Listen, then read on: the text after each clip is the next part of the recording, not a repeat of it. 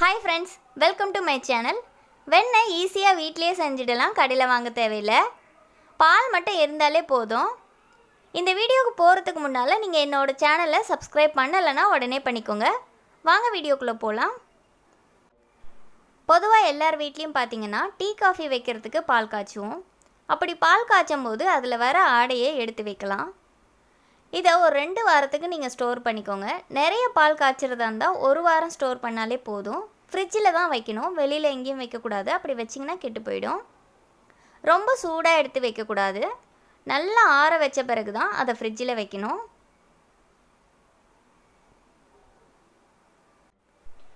நீங்கள் பால் காய்ச்சின உடனேயே டீ காஃபி போட போகிறீங்கன்னா சூடோடையே நீங்கள் எடுத்து கப்பில் போட்டு வச்சுக்கலாம். அது நல்லா ஆறின பிறகு ஃப்ரிட்ஜில் வச்சுக்கோங்க. நான் இந்த மாதிரி 1 வாரத்துக்கு சேர்த்து வச்சுருக்கேன்.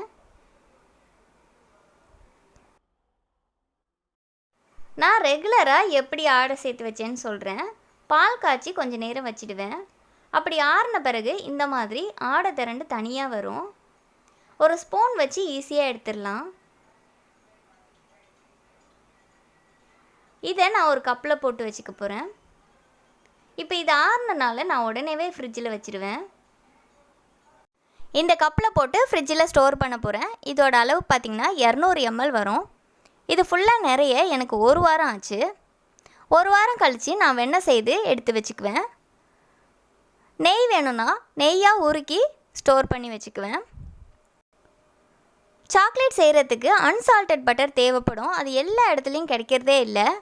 நம்மளுக்கு வீட்லேயே வெண்ணெய் செய்ய தெரிஞ்சிருந்தா ஈஸியாக சால்ட்டு போடாமல் நம்ம செஞ்சு வச்சுக்கலாம். சாக்லேட் செய்கிறதுக்கும் நம்மளுக்கு ஈஸியாக இருக்கும்.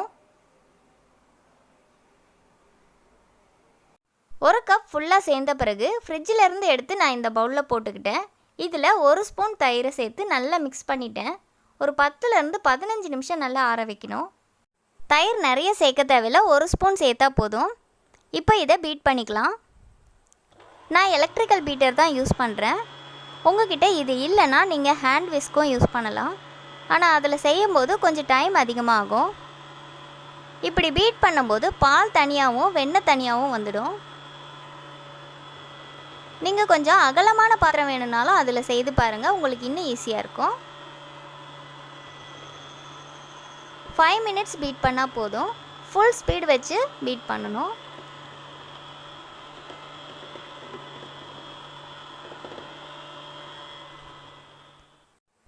ஃபுல் ஸ்பீடு வச்சு 5 மினிட்ஸ் தான் பீட் பண்ணேன். பால் தனியாகவும் வெண்ணெய் தனியாகவும் வந்துடுச்சு. உங்களுக்கு சால்டட் பட்டர் வேணும்னா நீங்கள் தயிர் சேர்க்கும் போது கொஞ்சமாக சால்ட்டு சேர்த்து நல்லா மிக்ஸ் பண்ண பிறகு பீட் பண்ணுங்கள். நான் சால்ட்டு சேர்க்கலை, ஏன்னா நான் நெய்யாக உருக்க போகிறேன்.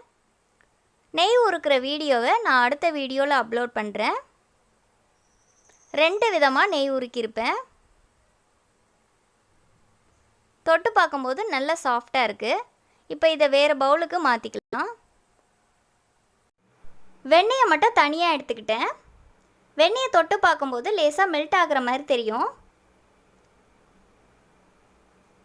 வெண்ணெய் செய்து முடித்த பிறகு இந்த பாத்திரம்லாம் பார்த்திங்கன்னா ரொம்ப பிசு பிசுன்னு ஒட்டும். அதுக்கு நீங்கள் நல்லா சுடுதண்ணியை இதில் ஊற்றி கொஞ்சம் நேரம் ஊற வச்சுட்டு அப்புறமா வாஷ் பண்ணிங்கன்னா ஈஸியாக இருக்கும். நீங்கள் எலக்ட்ரிக்கல் பீட்டர் வச்சு பீட் பண்ணும்போது 5 மினிட்ஸில் பால் தனியாக வெண்ணெய் தனியாக வரலைன்னா எக்ஸ்ட்ராவாக கொஞ்சம் நேரம் பீட் பண்ணிக்கோங்க, பயப்பட தேவையில்லை. இந்த வெண்ணெயில் நான் 1 கிளாஸ் தண்ணி சேர்த்துக்கிறேன். இப்படி தண்ணி சேர்த்து வாஷ் பண்ணும்போது இதில் எக்ஸ்ட்ராவாக இருக்கிற மில்கெல்லாம் வந்துடும். இந்த மாதிரி நீங்கள் ஒரு 3 தடவை செஞ்சுக்கோங்க.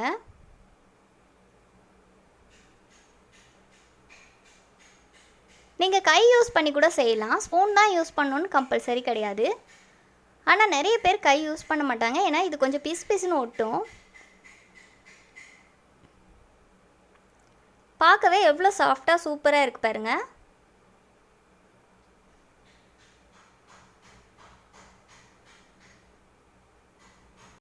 இப்படி எடுத்து நான் வேறு பவுலில் மாற்றிக்கிறேன். இதை 3 தடவை வாஷ் பண்ணிவிட்டு நான் பவுலில் மாற்றிக்கிட்டேன். இதை கண்டெய்னரில் போட்டு ஃப்ரிட்ஜில் வச்சு ஸ்டோர் பண்ணிக்கலாம். வெளியில் வச்சிங்கன்னா சீக்கிரமாக கெட்டு போயிடும். நெய்யாக உருக்கினீங்கன்னா வெளியிலேயே வச்சுக்கலாம். நெய் உருக்கிற வீடியோ நான் அடுத்த வீடியோவாக அப்லோட் பண்ணுறேன். 2 விதமாக நெய் உருக்கியிருக்கிறேன். இந்த வீடியோ உங்களுக்கு பிடிச்சிருந்தா லைக் பண்ணுங்கள், ஷேர் பண்ணுங்கள், கமெண்ட்ஸ் பண்ணுங்கள். மறக்காமல் என்னோடய சேனலை சப்ஸ்கிரைப் பண்ணுங்கள். தேங்க்யூ ஃபார் வாட்சிங்.